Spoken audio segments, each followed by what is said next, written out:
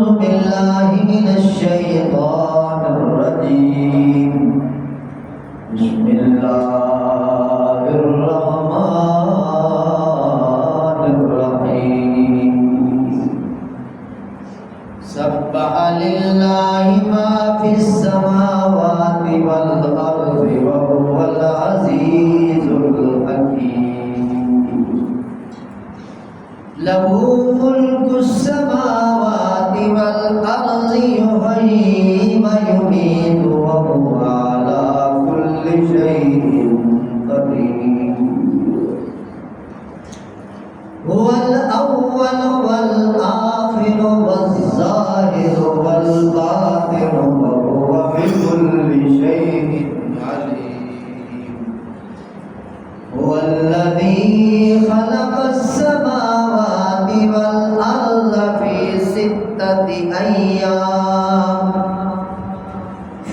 6 أيام ثم استوى على العرش. يعلم ما يلج في الأرض وما يخرج منها وما ينزل من السماء وما يعرج فيها وهو معكم أينما كنتم والله بما تعملون بصير. سبحان ربك رب العزة عما يصفون وسلام على المرسلين والحمد لله رب العالمين.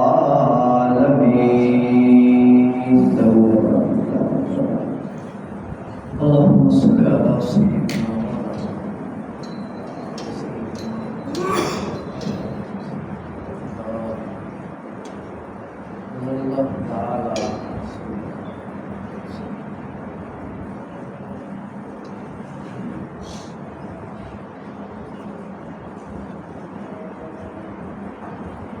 حاضرین محترم، میرے انتہائی واجب السلام، قابل صد احترام بزرگوں، دوستوں، بھائیوں،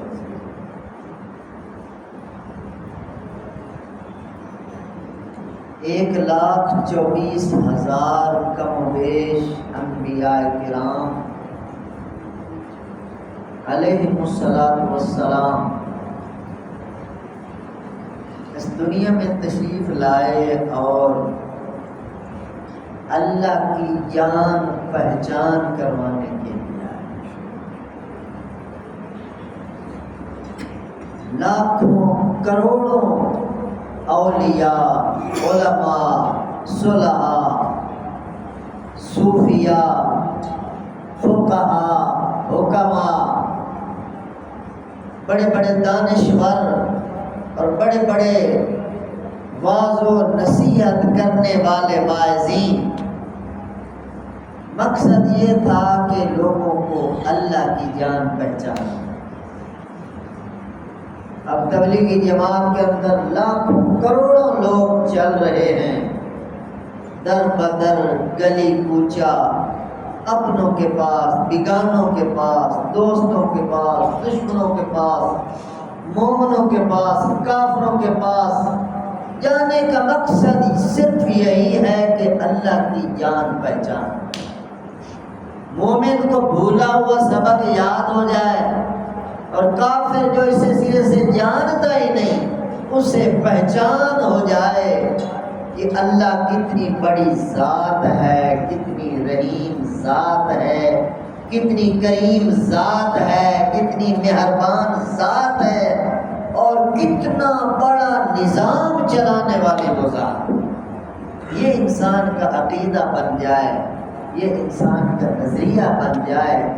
اس اللہ کی معرفت حاصل کرنے کے لیے لوگوں نے خون کے نذرانے دیے ہیں، لوگوں نے اپنا گھر بار اللہ کی راہ میں قربان کیا ہے، لوگوں نے اپنے بچے اللہ کی راہ میں قربان کیے ہیں، لوگوں نے اپنی جاگیریں اور جائیدادیں اللہ کی راہ میں قربان کیے ہیں.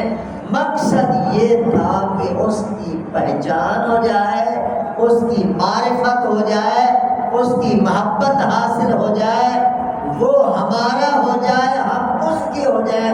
یہی میرے دوستوں مقصود زندگی ہے۔ اللہ کریم مجھے بھی اور آپ سب کو بھی اپنی معرفت، اپنی محبت، اپنی جان پہچان نصیب فرمائے اور ہم اللہ کے ہو جائیں، اللہ ہمارے۔ والذین آمنوا اشد حبا للہ، اللہ قرآن میں خود فرماتے ہیں کہ مومن سب سے زیادہ محبت، جو مومن ہے سب سے زیادہ محبت اللہ پاک سے کرنے والا۔ اب کسی سے پوچھیں، کسی مومن سے، وہ زبان سے یہی کہہ دے گا جی سب سے بڑی محبت اللہ پاک سے ہے۔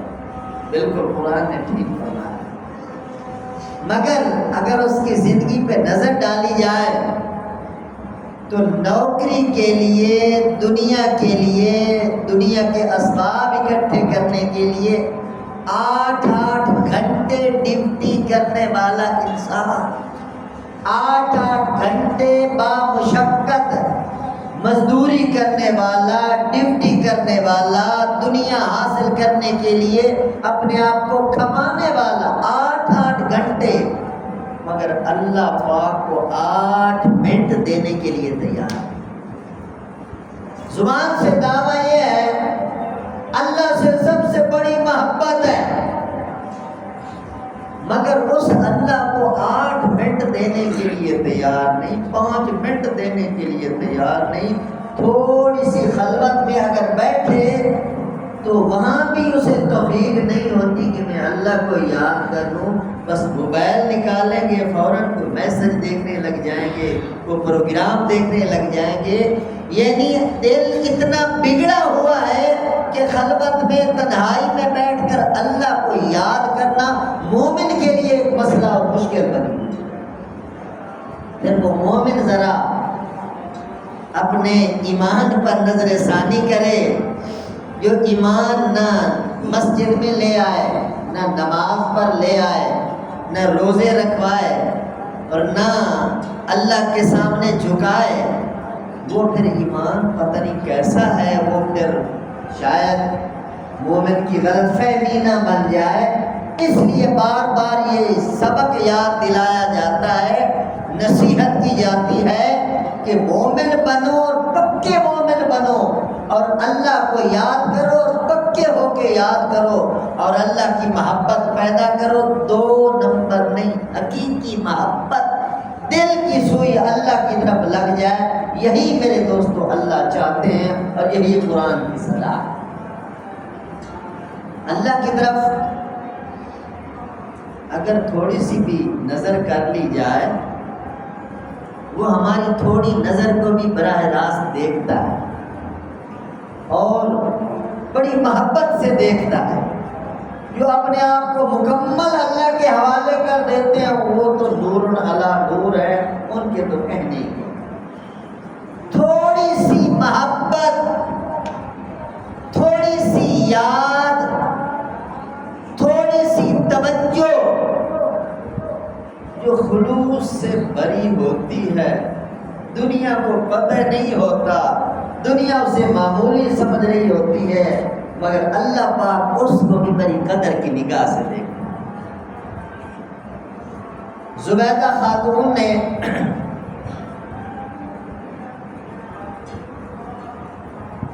ایک نہر بنوائی تھی خدمت خلق کے لیے، بڑے لوگ سیراب ہوئے، بڑے لوگوں نے دعائیں دی، بہت اچھا کارنامہ ہے، پانی کا مسئلہ حل ہوا۔ یہاں ہمارے گاؤں میں پانی کا بڑا مسئلہ ہے، لوگ بیچارے پیسے دے دے کے تھک گئے ہیں، تو پانی کی جو نیکی کرتا ہے یہ بہت بڑی نیکی، عام انسانوں کی ضرورت ہے۔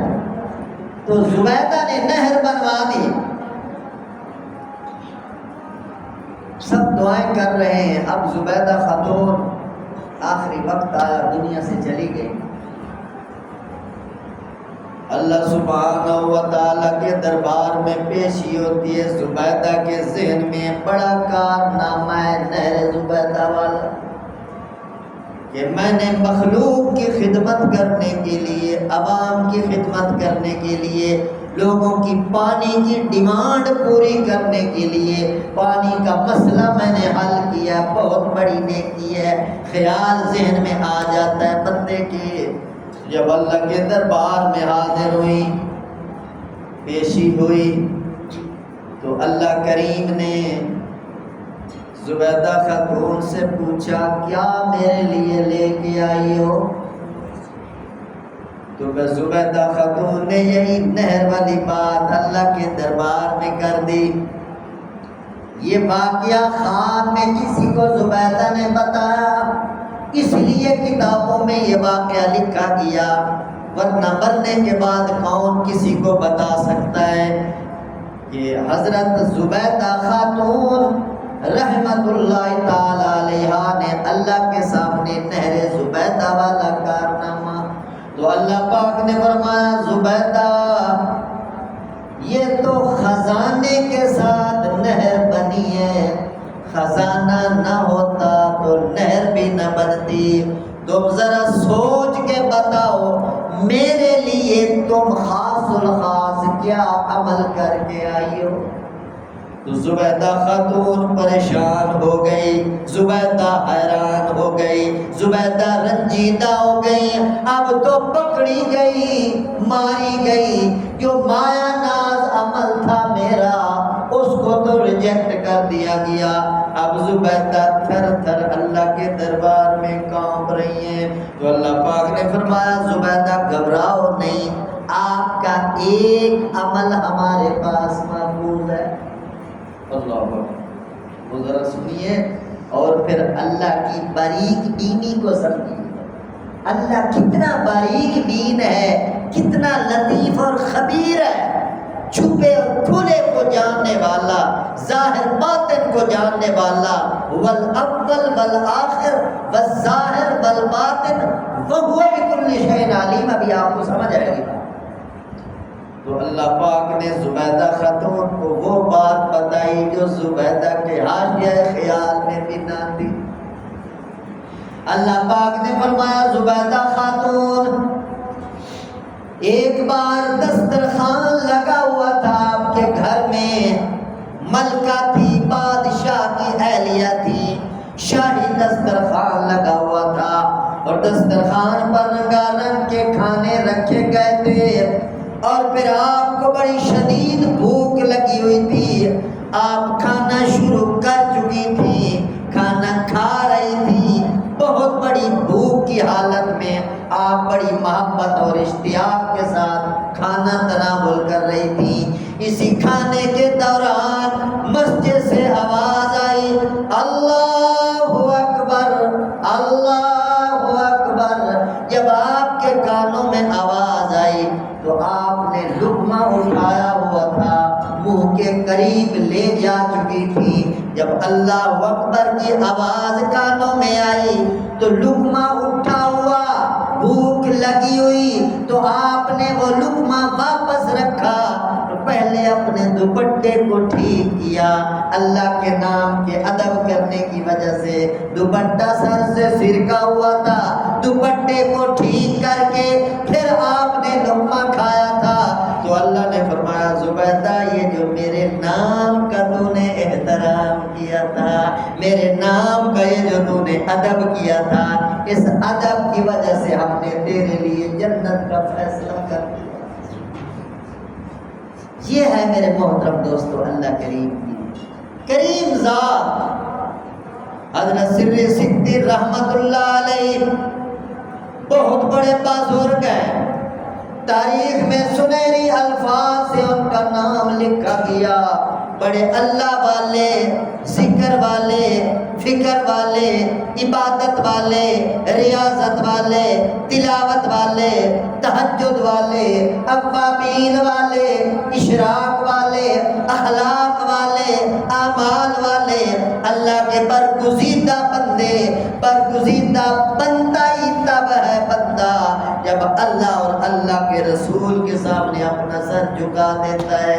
حضرت سری سکتی رحمت اللہ علیہ جا رہے تھے اور راستے میں ایک شرابی پڑا ہوا تھا، شراب پی ہوئی تھی، نشہ چڑھا ہوا تھا اور منہ کے اوپر شراب بہ رہی تھی، اور اس حالت کے اندر وہ اللہ اللہ کر رہا ہے۔ حضرت سری سکتی رک گئے اور پریشان ہو گئے اور فرمانے لگے، او بے خبر انسان، تجھے پتہ ہی نہیں کس پاک ذات کا نام کس ناپاک منہ سے لے رہا ہے۔ منہ کو شراب لگی ہوئی ہے، منہ کو گند لگا ہوا ہے، وہ تو بے ہوشی کی عالم میں پڑا ہوا تھا، اور اس حال میں اس کی زبان سے نہ جانے کیسے اللہ اللہ نکلا۔ اتنا بڑا شیخ، اتنا بڑا پیر و مرشد، اتنا بڑا بزرگ وہیں بیٹھ جاتے ہیں اور پانی کے ساتھ اس شرابی کا منہ دھوتے ہیں، منہ صاف کرتے ہیں، تاکہ اس منہ سے جب اللہ کا نام نکلے تو منہ پاک ہو، منہ صاف ہو۔ اتنا احترام کیا سری سکتی کے دل میں پہلے بھی اللہ کے نام کا بڑا احترام تھا، مگر شرابی کا منہ دھو دیا، وہ تو بے ہوش حالت میں پڑا ہوا تھا۔ حضرت شیخ صاحب منہ صاف کر کے چلے گئے، اور بعد میں لوگوں نے بتایا وہ پاگل بہت بڑا شیخ آیا تھا، آپ کے منہ کو صاف کر دیا، آپ شراب کی حالت میں اللہ اللہ کر رہے تھے، تو تمہیں شرم آنی چاہیے، تم اللہ کے حضور سچی توبہ کر لو۔ اس بندے کے دل پہ اثر پڑا۔ اللہ والوں کی دعاؤں میں بڑی طاقت ہوتی ہے میرے محترم۔ انہوں نے جب منہ دھویا ہوگا تو کتنی دیر سے انہوں نے اس کی ہدایت کے لیے دعائیں کی، اور پھر بزرگوں کی توجہات کا بڑا اثر ہوتا ہے میرے محترم۔ رات آ گئی، حضرت سری سکتی رحمت اللہ علیہ تہجد کے لیے اٹھنے سے پہلے نیند کی حالت کے اندر خواب میں کیا دیکھتے ہیں؟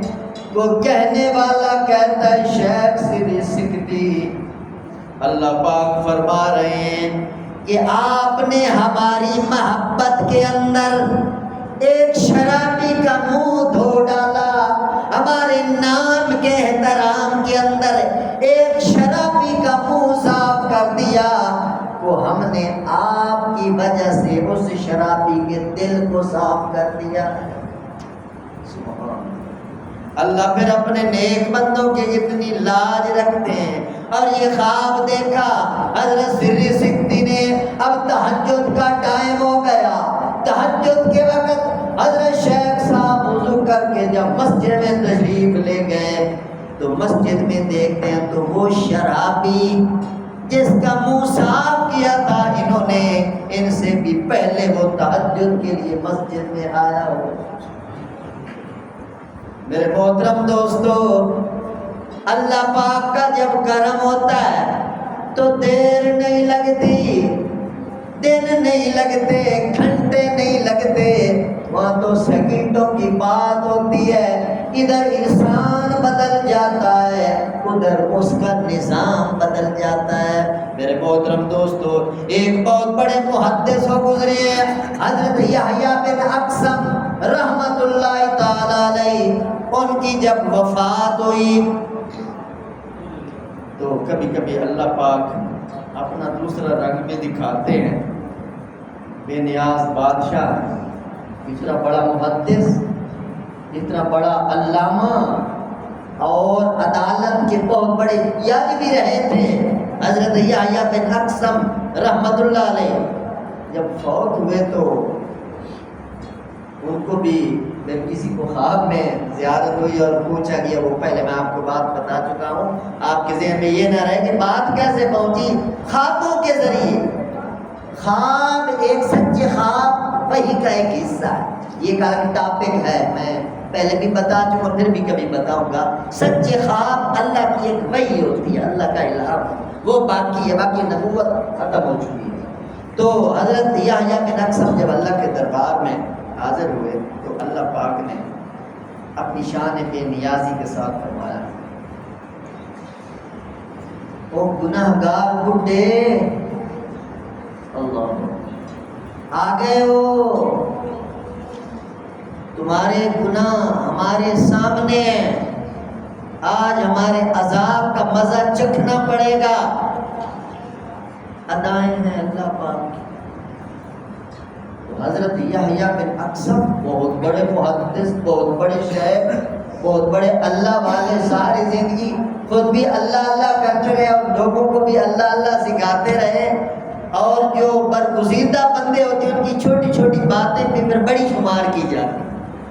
تو جب اللہ پاک نے یہ بات ارشاد فرمائی تو حضرت یحییٰ بن اقسم پسند آداب اللہ کے دربار میں عرض کرنے لگے، اللہ آپ کے بارے میں ہمیں یہ خبر تو نہیں پہنچی جو آپ ہمارے ساتھ سلوک فرما رہے۔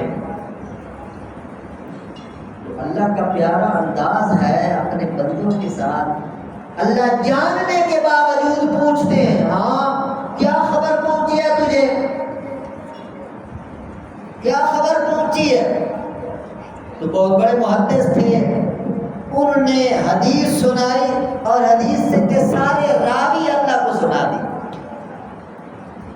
اللہ کے دربار میں عرض کرتے ہیں، یا اللہ مجھے عبد الرزاق نے بتایا، عبد الرزاق کو معمر نے بتایا، معمر کو زہری نے بتایا، اور زہری کو عروہ نے بتایا، عروہ کو سیدہ طیبہ طاہرہ ام المومنین حضرت عائشہ صدیقہ نے بتایا، اور حضرت عائشہ صدیقہ کو سید عالم رحمت عالم برکت عالم حضرت محمد مصطفیٰ نے بتایا، اور حضرت محمد مصطفیٰ کو جبریل علیہ السلام نے بتایا، اور جبریل علیہ السلام کو آپ جناب نے بتایا۔ کیا بتایا؟ یہ میسج ہے، یہ حدیث ہے، یہ بات ہے، یہ قول ہے، یہ فرمان شاہی ہے کہ جو بندہ بڑھاپے کے اندر مسلمان پہنچ جاتا ہے، یعنی بوڑھا مسلمان ہو جاتا ہے، اللہ پاک اس کے بڑھاپے کی وجہ سے اس کا حیا فرماتے ہیں، اس بوڑھے بندے کو جہنم میں نہیں بھیجتے، غصے کے باوجود اللہ رحم فرماتے ہیں، اس کے بڑھاپے کو دیکھ کر اللہ رحم فرما کے اس کے جنت کا ٹکٹ عطا فرما دیتے۔ اے مولا کریم، اے رب العالمین، یہ خبر میرے تک پہنچی ہے اور میرے پاس کوئی اعمال نہیں، کوئی نمازیں نہیں، کوئی حدیثوں کا حوالہ نہیں دیتا، کوئی تفسیروں کا حوالہ نہیں دیتا، بہت بڑا شیخ اپنے آپ کو نہیں کہتا، یا اللہ لجاجت کے ساتھ، سماجت کے ساتھ، منت کے ساتھ یہی عرض کرتا ہوں، مولا ایک بڈھا مسلمان تیرے دربار میں آیا ہے اور تیرا فرمان سامنے ہے، امید ہے کہ آپ نظر کرم فرمائیں گے۔ اللہ اتنا بڑا شیخ ہر چیز بھول گئی۔ تو اللہ پاک کی اپنی ادائیں ہیں، اللہ نے فرمایا کہ عبد الرزاق نے بھی سچ کہا اور معمر نے بھی سچ کہا، زہری نے بھی سچ کہا، عروہ نے بھی سچ کہا، عائشہ نے بھی سچ کہا، میرے حبیب نے بھی سچ کہا، جبریل نے بھی سچ کہا، اور میں نے بھی سچ کہا۔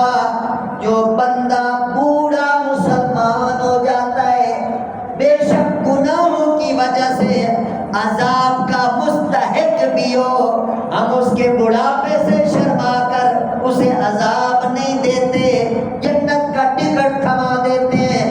یحییٰ بن اقسم، اسی وجہ سے ہم آپ کو جنت کا ٹکٹ عطا ہو۔ میرے محترم دوستو، اس سے دو باتیں نظر آتی ہیں، ایک تو یہ اعمال کرنے ہیں، بہت سارے کرنے ہیں، ڈھیر و ڈھیر کرنے ہیں، مگر ان پر ناز نہیں کرنا، ان پر فخر نہیں کرنا، ان پر غرور نہیں کرنا، ان پر تکبر نہیں کرنا، اپنے آپ کو کوئی شاعر، کوئی بڑا میں تہجد گزار ہوں، بڑا شب بیدار ہوں، یا بہت بڑا علامہ ہوں، یا بہت بڑا قاری ہوں، یا اتنے میں مدرسے چلا رہا ہوں، یا اتنا بڑا لوگوں کو درس دے رہا ہوں، نہیں نہیں، اس کے بعد دربار میں یہ میں نہیں چلتی، اور تو کو اتنا مٹا کہ تو نہ رہے، اور تیری ہستی کا رنگ و بو نہ رہے، اور ہو میں اتنا کمال پیدا کر، ہو میں اتنا کمال پیدا کر کہ بجز ہو کے غیر ہو نہ رہے۔ ایک یہ بات سامنے رکھنی ہے، نیک اعمال کر کے کبھی تکبر نہیں کرنا، غرور نہیں کرنا، اور دوسری یہ بات ذہن میں رکھنی ہے کہ کسی چھوٹے سے چھوٹے عمل کو بھی حقیر نہیں سمجھنا۔ ہو سکتا جسے آپ حقیر سمجھ کر نظر انداز کر رہے ہو وہی آپ کی بخشش کا سبب بن جائے۔ امام غزالی رحمۃ اللہ علیہ، آپ نے نام سنا ہوا ہے ان کا، کتنے بڑے شیخ ہیں، تو ان کے بارے میں علماء نے لکھا ہے کہ